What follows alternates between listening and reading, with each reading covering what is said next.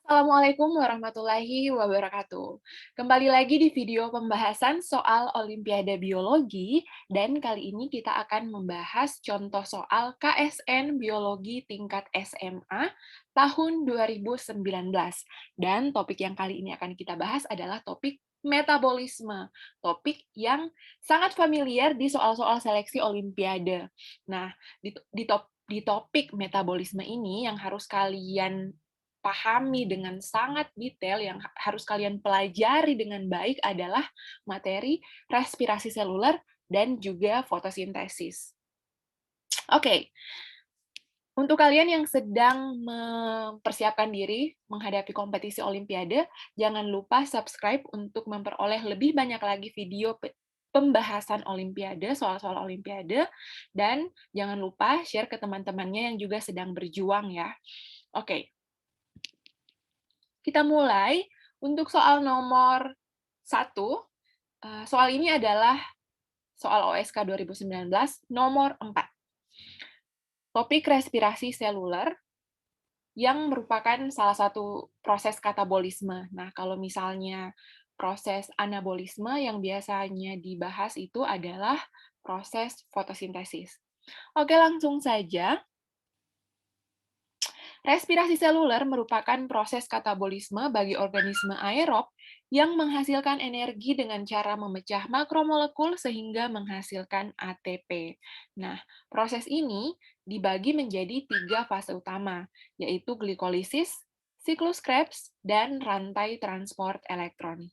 Tentukan apakah pernyataan berikut benar atau salah mengenai respirasi seluler. Nah, untuk bisa mengetahui ya, untuk bisa mengetahui jawaban-jawaban ini benar atau salah, tentu kita harus benar-benar paham proses yang terjadi di setiap fase respirasi seluler, mulai dari tahapan-tahapan glikolisis, dekarboksilasi oksidatif yang merupakan reaksi antara glikolisis dengan siklus Krebs, kemudian siklus Krebs dan juga rantai transport elektron. Oke, langsung saja di opsi A, NADH mengalami reduksi pada proses rantai transport elektron. Nah, di sini apakah NADH mengalami reduksi atau oksidasi? Nah, kalau oksidasi, molekul yang teroksidasi itu berarti menerima O atau melepaskan H+, melepaskan elektron ya. Nah, NADH di rantai transport elektron itu melepaskan H+. Jadi NADH ini mentransfer elektronnya ke kompleks 1 ya, ke kompleks 1. Karena itu NADH teroksidasi. Jadi jawaban untuk bagian A ini adalah salah. Oke, kita lanjut ke opsi B. Jadi bagian A ini salah. Di opsi B, setiap pelepasan karbon dioksida selalu diiringi dengan pembentukan NADH. Nah, karbon dioksida pada respirasi seluler itu dilepaskan di tahapan dekarboksilasi oksidatif. Di situ ada pelepasan karbon dioksida dan ada juga pembentukan NADH. Kemudian di siklus Krebs ada pelepasan karbon dioksida dan juga ada pembentukan NADH ya. Berarti bagian B ini benar. Oke, kita lanjut ke opsi C. Semua jenis makromolekul harus melewati ketiga fase utama respirasi seluler untuk menghasilkan ATP. Apakah untuk menghasilkan ATP pada respirasi seluler harus melewati glikolisis, siklus Krebs, dan rantai transport elektron?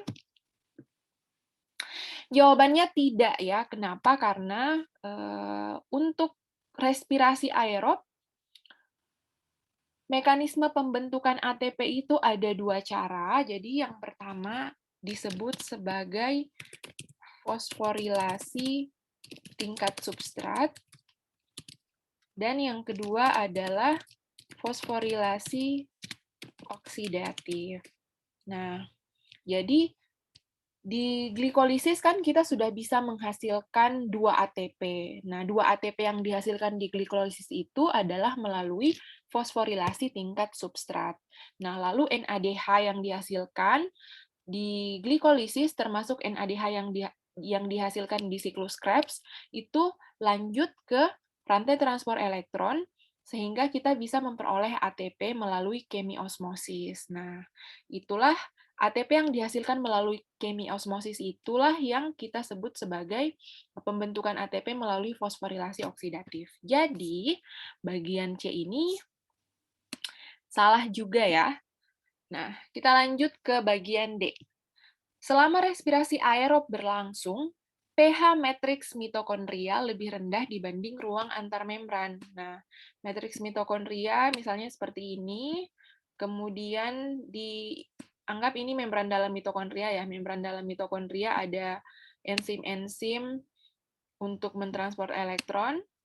Nah, ketika NADH mentransfer elektronnya ke kompleks 1, ada pompa proton dari matriks mitokondria ke ruang antarmembran. Nah, karena adanya pompa H+ ini selama transfer elektron, makanya H+ di ruang antarmembran itu lebih banyak konsentrasinya dibanding di matriks mitokondria. Nah, kalau misalnya H+-nya lebih tinggi konsentrasinya di sini, artinya pH di matriks mitokondria itu lebih rendah ya. Sorry, ini bukan matriks mitokondria, ini ruang antarmembran. Jadi, di ruang antarmembran itu H+-nya lebih tinggi, karena itu pH-nya lebih rendah. Jadi, bagian D ini salah. Harusnya pH matriks mitokondria itu lebih tinggi dibanding ruang antarmembran, dan ruang antarmembran itu yang pH-nya lebih rendah. Oke? Jadi ini pembahasan untuk soal nomor 4. Selain soal-soal ini, selain poin-poin di sini, kita juga penting untuk mempelajari secara menyeluruh ya. Jadi sangat penting untuk mempelajari secara menyeluruh tentang topik respirasi seluler ini. Jadi kalau teman-teman sedang mempersiapkan diri untuk mengikuti kompetisi olimpiade, pembahasan-pembahasan soal itu ketika dipelajari soalnya lalu dicari jawabannya, jangan berhenti hanya sampai pada proses mencari jawaban saja. Jadi tidak boleh berhenti sampai di sini. Kalian sudah tahu bahwa uh, untuk bisa menjawab ini dengan tepat, kita harus punya pemahaman yang menyeluruh. Jadi silahkan dibaca kembali kalau misalnya tadi ada yang jawabannya salah atau tidak tepat, atau ada yang istilah-istilah di sini yang belum terlalu paham, itu dikembalikan lagi ke proses pendalaman materi. Jadi ditutup dulu pembahasan soalnya, buka kembali buku Campbell, lalu dipahami dengan baik materinya. Setelah itu kembali lagi ke pembahasan soal. Kalau materinya sudah kuat, kalau fondasinya sudah kuat, soalnya dibolak-balik apapun, kalian pasti akan bisa jawab. Kenapa? Karena topiknya pasti akan selalu muncul. Hanya saja soalnya akan berubah. Jadi soal ini tidak akan muncul lagi. Ya bisa saja nanti yang menjadi opsi ini yang menjadi pertanyaan. Pertanyaannya jadi opsi. Seperti itu. Jadi akan dibolak-balik. Atau mungkin yang akan muncul di soalnya tahun ini adalah tentang siklus Krebs, atau bisa jadi yang muncul adalah tentang tahapan-tahapan fotosintesis. Nah, intinya, kalau memang benar-benar mau survive di kompetisi Olimpiade, harus mantap pondasinya, dan pondasinya adalah tentu saja materi dasar ya.